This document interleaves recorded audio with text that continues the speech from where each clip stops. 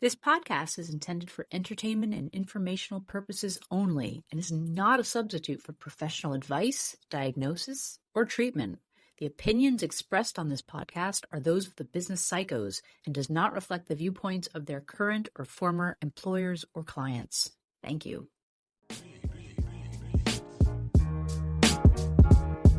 It's the business psychos, and today we're gonna talk it out. The podcast about what execs shouldn't talk about. Connecting executives and those who aspire. We're here to have a conversation, yeah, we're gonna light the fire. It's the business psychos. Yeah. The business psychos.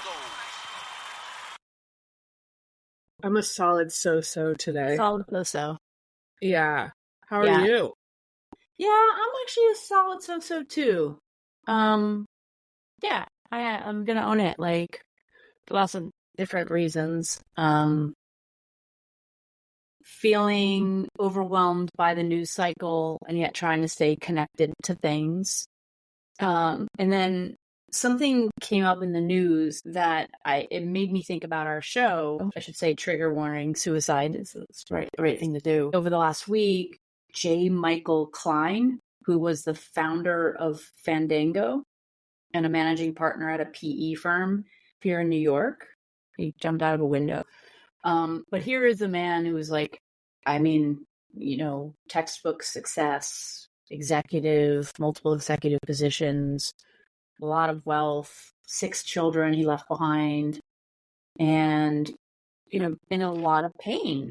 Really suffering. And like we talk about business and making it on the show, and we talk about mental health and all this, and sometimes I think we're like, oh, the employers and the employees and all of this, and like here he is an employer but he's also this man who is in so much pain, and he left behind a note that just said, I'm sorry, I can't, this pain, and it just made me think of the show, because I think ultimately, regardless of your role or what your professional experience is on LinkedIn, like there's a lot of people really suffering right now and probably just trying to get through and get by. And you have no idea what everyone's dealing with.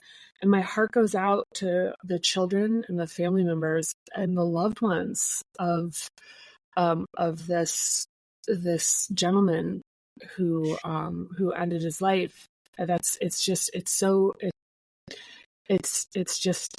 It's heartbreaking. It's heartbreaking to think about. I think what I'll end on for this kind of sad segment is that we always talk about trade-offs and we talk about the personas, and maybe this is like a good time to just remind everybody that your life and your wellness, your mental and physical health are always the most important. That's the only game.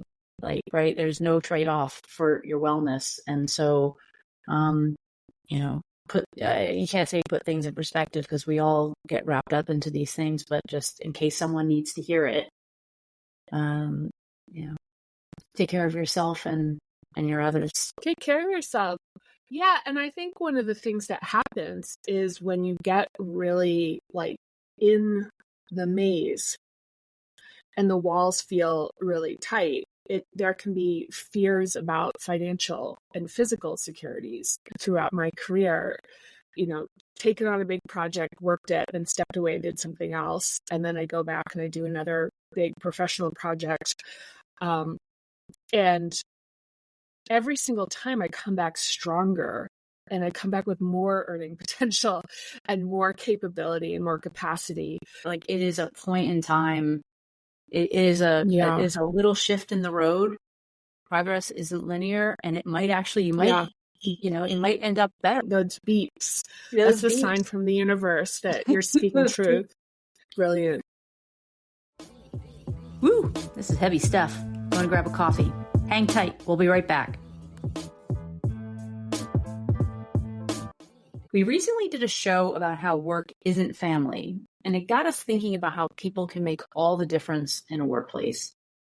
Dead-end jobs can be appealing when you consider your coworkers friends, but challenging interpersonal relationships can also upend an otherwise good job and even negatively impact your performance.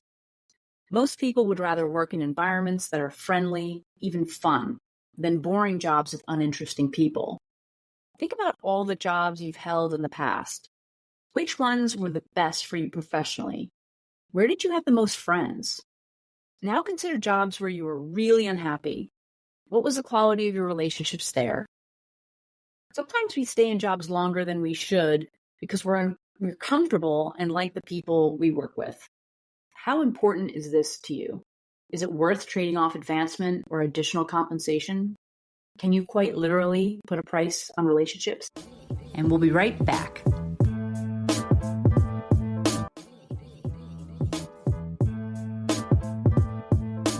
People stay and leave jobs because of relationships. A Gallup poll of over 1 million people found that 75% of workers who voluntarily left their jobs did because of a bad boss and not the position of the company. So this plays a greater role in quitting than pay and or lack of opportunities for advancements. But what about the other relationships that bind us to jobs? I can imagine that if you're listening, you can immediately start thinking of your in the trenches colleagues and work spouses who represent some of your most significant day-to-day relationships.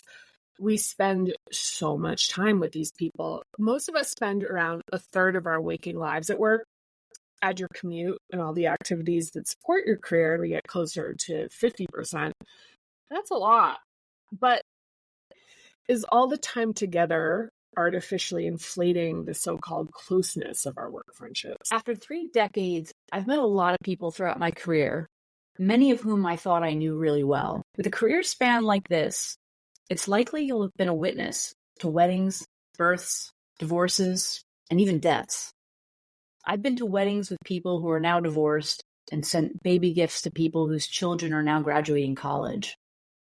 Years ago, a woman I sat with at lunch every day died of a heart attack at her desk. She was 29, same age as me, and had a 3-year-old daughter who would be 24 today. It took years for me to land on a true definition of friendship and to reflect on the lessons learned through numerous work relationships. The phrase, the good, the bad, and the ugly feels to be an apt expression here. Let's cover the good first. Of my trusted inner circle of intimate friends, meaning the people who have the capacity to receive me as my authentic, vulnerable, uncensored self, nearly all are comprised of former coworkers. In all cases, work was not an enabler to the relationship. These were not trauma bonding relationships. I was more interested in getting to know who they were as people, rather than focusing on rehashing our shared work experiences. Also, in all cases, the friendships became more solidified after one or both of us left the job where we met. Finally, in all cases, the friendships lasted because both parties grew and evolved beyond who we were when we first met, including outgrowing roles we had originally occupied. These relationships became emotionally intimate friendships because they were about supporting one another through our respective journeys of self-discovery and transformation. Now here's the bad, or maybe more realistic example. Most of the people I've befriended at work were point-in-time friends. I may have known them outside of work and even met their families. If any were to reach out and suggest dinner today, I would go out of my way to make it happen. But I wouldn't be surprised if the effort wasn't reciprocated. Sometimes the reasons are complex. People going through their own stuff, limited amount of time or mental energy. In other cases, people aren't geographically near, and neither party is investing in travel to maintain emotional bonds. But the most common reason why these aren't friendships is because they never were. When point-in-time work friends cease to work together, it reveals their true nature, that of professional acquaintances, not friends. There's no need to look at this cynically or with anger or even sadness. Most people come into our lives for a season or two. Perhaps we're lucky to have them for several chapters of our life. But these are rarer occurrences. Making friends at work is like making friends at school. We find each other sharing a specific place and time, and we form bonds and context to our persona at this time. As a student, a worker, a boss, making the jump to a real relationship requires mutual investment and compatible emotional capacities which are able to withstand change over time. Though it is possible to make real friends at work, it also comes with risks worth considering. Which leads me to the ugly example. I was working in a very reputable organization as a leader in a highly visible role. I interacted with the most senior level of the organization and had made several very strong alliances there. My boss was fired and replaced with a woman who had worked in the company for many years in the same role. I liked her immediately and opened up to her. Maybe a little too fast. I invited her to my home for dinner and she met my family. I was excited about having a strong female boss whom I could look to for mentorship and development advice. Several months later, I found myself growing uncomfortable with the behavior of one of the executives we both worked with. He was known as being a fun and outgoing party guy, but was making sexual advances and comments which were moving well outside the realm of appropriateness. One evening, my boss and I went to dinner, and I told her everything. She was kind and helpful and offered me some suggestions on how to handle the situation with this person she had known well. Shortly after, I ran into the guy while getting coffee in the office. He turned to me with hatred in his eyes and gave me a nasty look up and down before turning to walk away without saying a word. I came to realize that my boss had shared everything with him, and I was devastated. I hadn't considered that she might use what I had told her in confidence to her political advantage. But this is exactly what happened. She destroyed my relationship with an influential executive and improved hers by using my information as political capital to share with him to prove her loyalty and value. This experience taught me the importance of being more patient and more cautious. You shouldn't need to hide things from your real friends. Unfortunately, in highly political work environments, everything is fair game with many people. Oh my gosh, Mary. This example, I can imagine that the listeners feel the same way I do, which is like you hear that story and there's just a resonance in it. Whether or not you had that exact experience, that's not the point. It's like there's aspects of that. And kind of like resurfacing those is super evocative. I will say that a very formative experience for me was as far as the ugly part of friendship, is my first job at around 8 years old was picking strawberries for 25 cents a quart. And another little girl who I thought was a friend said, "Let's team up and fill one of these cardboard flats together." And I think I was enjoying like the camaraderie as much as the idea of, making 50 for a couple hours of work or whatever. I don't know, like probably an hour or whatever. So I felt well one to 30-year-old. And then the shock and betrayal when she took the flat of our combined strawberries and took credit for all of them. And that stayed with me. I think I've told that story in professional events because it really shaped me. And in sales, if you're not careful and work in certain environments, like so-called friends will snipe your deals. When I sold medical devices 20 years ago, another rep on the team who is also buddies with our boss claimed one of my deals was his because the surgeon I'd worked with also performed surgeries in his territory and the boss gave it to him. So, one of the things, when we're talking about friendship here is, to your point, is being cautious. Your story was also alarming because of the child labor aspect of it, Katie. I don't know. I couldn't get past the you're working at 8 years old, you're doing manual labor, but okay. Well, yeah, it's really, I don't know. When I'm it was hours. I think it was probably like minutes, but still, yeah, it was a little farm next to our house where you just would go. And I think the way the story played out is it was like pick your own strawberries. And I think they did something kind of cute for kids where they said, we'll pay 25 cents for you to... It was like my mom dropped me off at daybreak and picked me up at dusk. It was more like, I think, just this kind of fun thing for kids to do. But I think that it was this thing that was like, it was so exciting to me. I mean, it's kind of meta because it's sort of the whole thing where it's like the friendship. It's like, oh, this is the thing that matters the most, when at the end of the day, even in that case, it was just business. Just business, little girls. Hang tight, psychos. We'll be right back.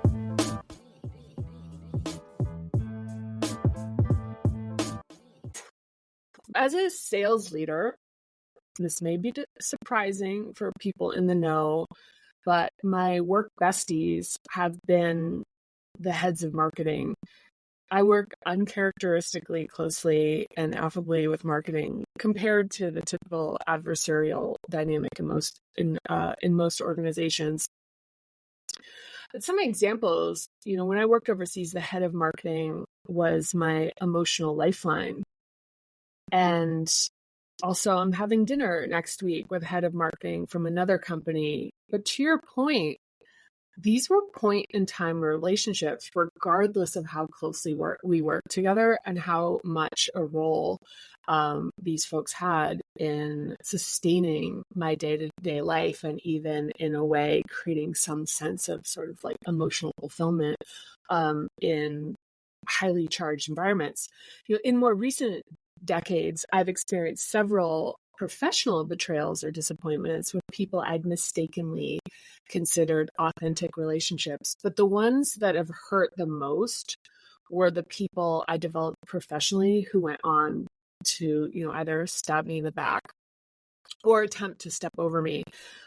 In more than one case, I've mistaken ambition for loyalty and even personal connection. One example is a person I worked with closely and developed into a formidable enterprise sales level executive. And when I went away on vacation, they quit and left the company for a role making 2 times the money. I would never hold someone back from the opportunity to advance.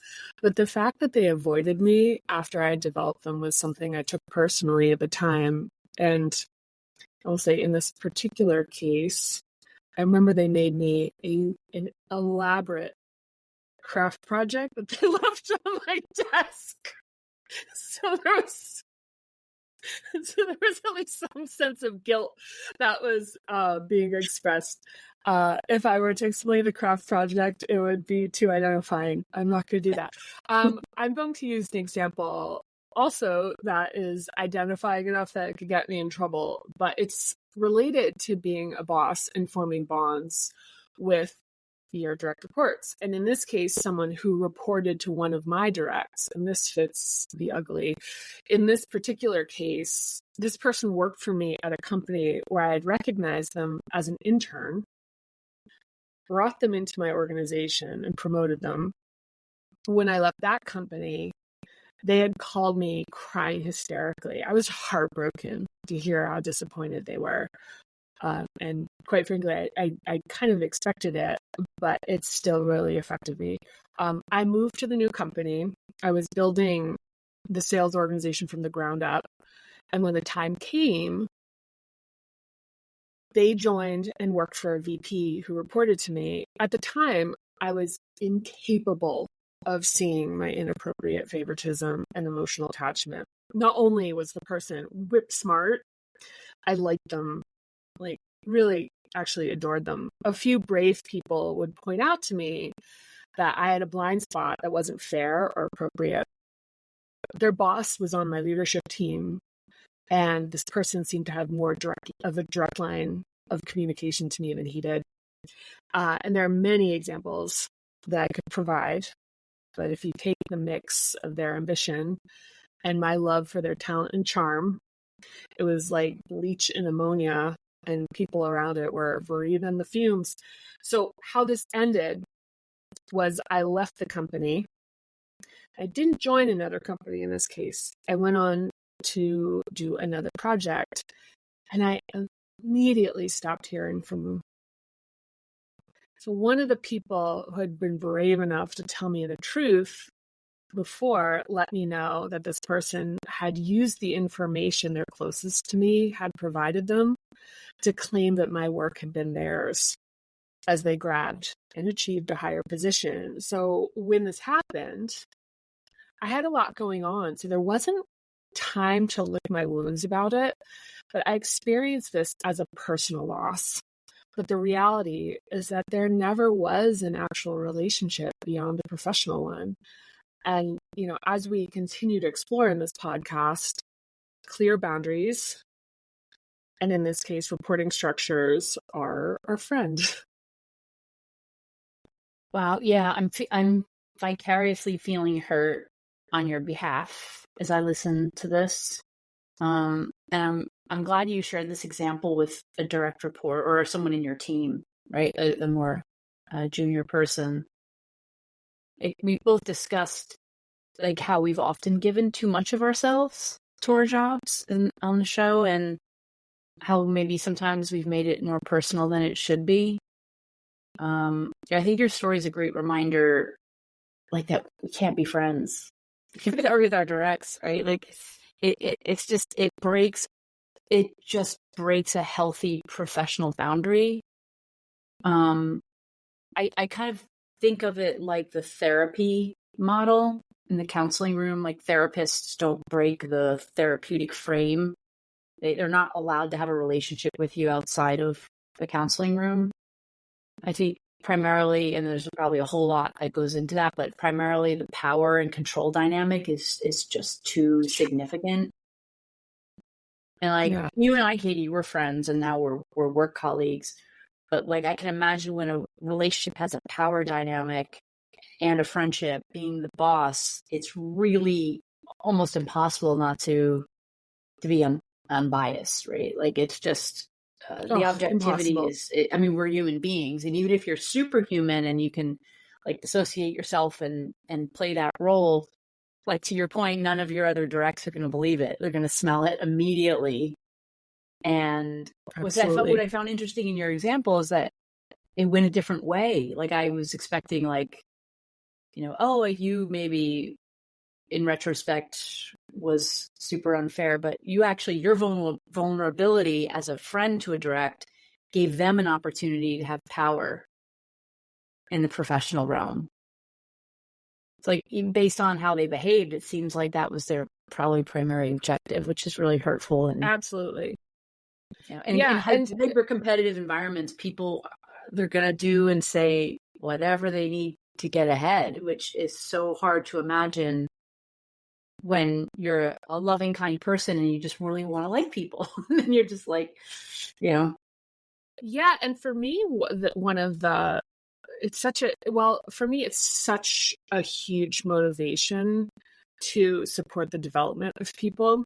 And I think now that I have matured and grown to the point that you're talking about, that I pay particular attention when I'm working with a team about whether I personally like the person or not, and make sure to override that.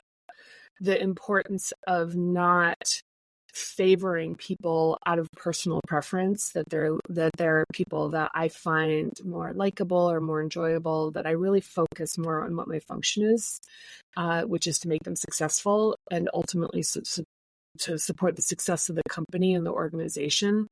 And I will say that has made life easier, which is, was counterintuitive. I thought my superpower had a lot to do with these connections I was making with people, especially earlier in my career.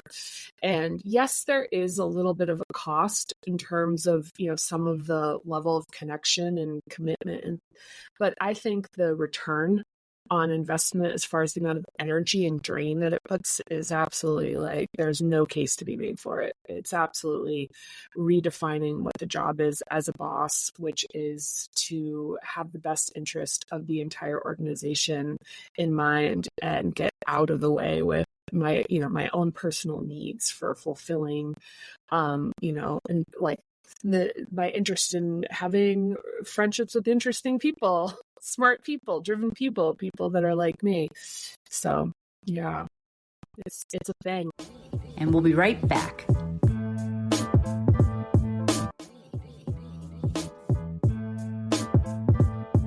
If I had to do it all over again, I would probably be more selective and patient about building friendships at work. I wouldn't stop looking for expanding relationships with people I admire and find interesting, but I would absolutely take much more time letting the process unfold slowly. It takes a while to truly know someone, especially when you're meeting them in a professional context where you don't expect people to be vulnerable and authentic.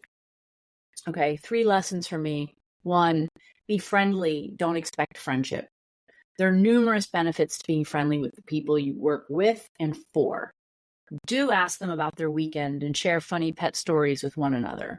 Go ahead and contribute $20 to the birthday cake fund and go out for drinks after work.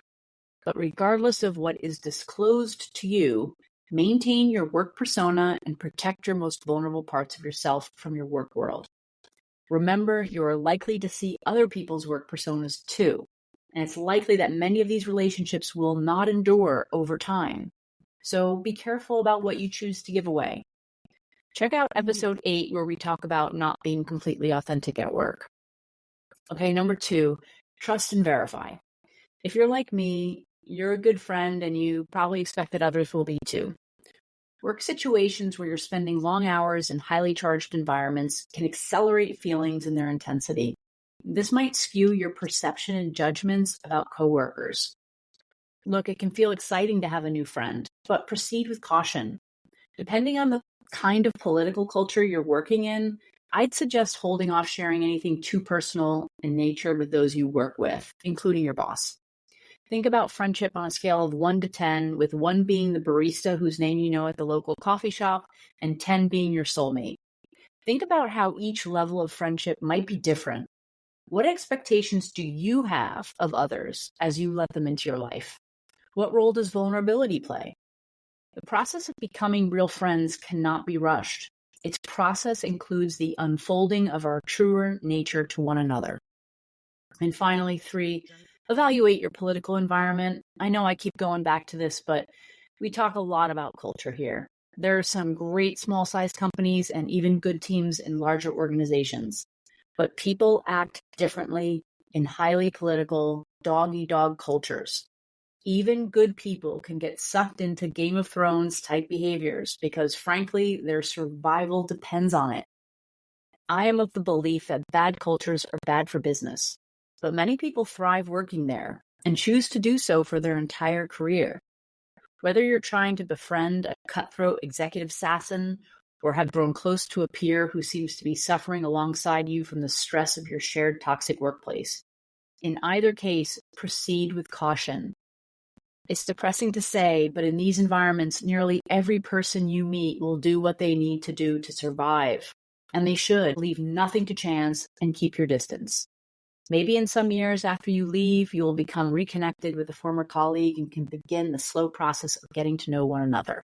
But as long as you're both in it, don't risk it. Many organizations encourage relationships, especially in startups with founder friends, work lunches, dinners, and offsites, that can replicate friendship type behaviors. And there's some upside to this, including the fact that people who trust and like each other will be more collaborative and better at problem solving.